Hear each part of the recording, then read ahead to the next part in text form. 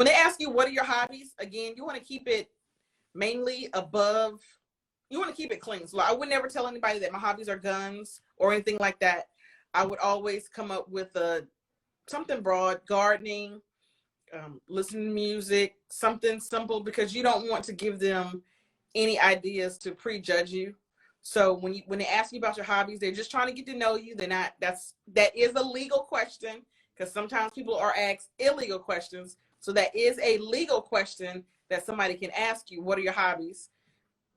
Again, how you answer it, you want to make sure that you're answering it in a vague form. You don't want to say, I enjoy, going to the gun range or anything like that, unless you are applying for a job at a gun range. Outside of that, they don't really need to know that part about you. I have an associate returning to the workforce after 30 years. What advice would you give my associate? Wow. So that's a good question, because age discrimination is real. And the age for the law for age discrimination is 40 years old. A lot of people don't think that, but it's 40. So people can get sued if you are discriminated against somebody who's 40 or older. So I'm going to assume this person is well over 40 if they were working before, been out for 30 years, and now they're trying to come back. I would tell them to assess their skills. What have they been doing in these 30 years? What have they learned? What can they do? So they can't just expect to come on maybe at the same salary range that they left, because their skills may have diminished. So have they kept up with their skills? Have they learned new skills? So they want to make sure that their skills are up to par or up to date. Again, when you're off work, whether it's 30 years or 3 days or 2 years, you need to be doing something that you can transfer those skills back to work if you plan to go back to work. So what are you doing to better yourself? A good question is this COVID thing. This COVID left a lot of people unemployed. And the first question that I ask anybody that I'm interviewing when they come back to work saying they were let go because of COVID, what were you doing while you were out? Because you should be doing more than TikTok videos. What were you doing? And if all you were doing were TikTok videos, that's not the answer I would give. I would say I've been learning more on technology, trying to keep up with technology. Those are some good answers that you can say.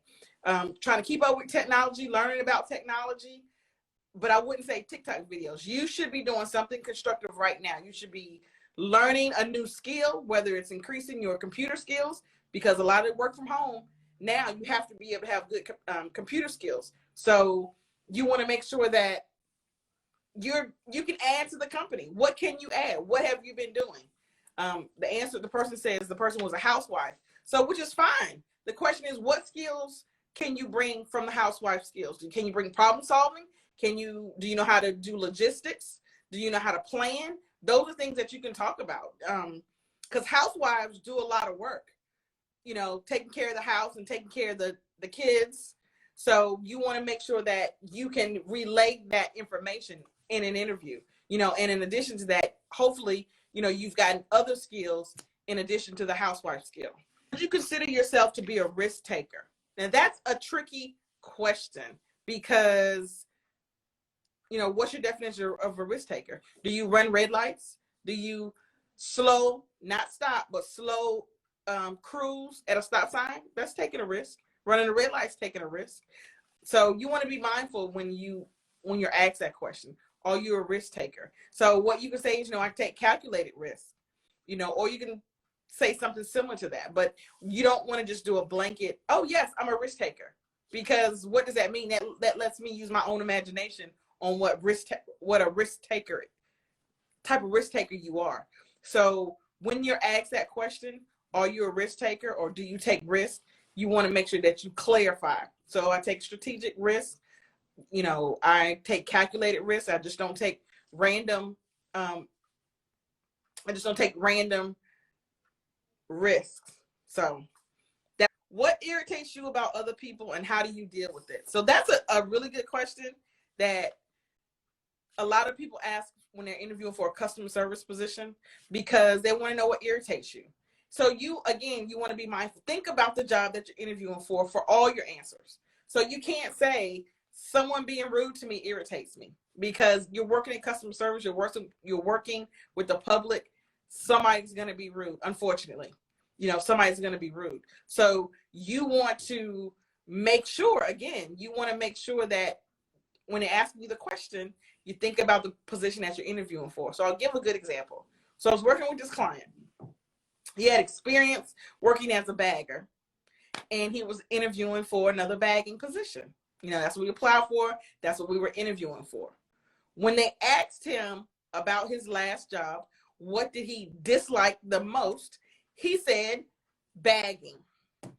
Now, he didn't get that job because it was a bagging position. So he knew as soon as he said it, that he wasn't going to get that position, and he was not offered that position. So you want to think of the position that you're interviewing for before you answer. So even though he made a hate bagging, he hated bagging, but he applied for a bagging position anyway. He went for the interview anyway. So when they ask you, what did you dislike least, bagging should not have been his answer, because they're not going to give you the position because you're already seeing that's the part that you hate the most.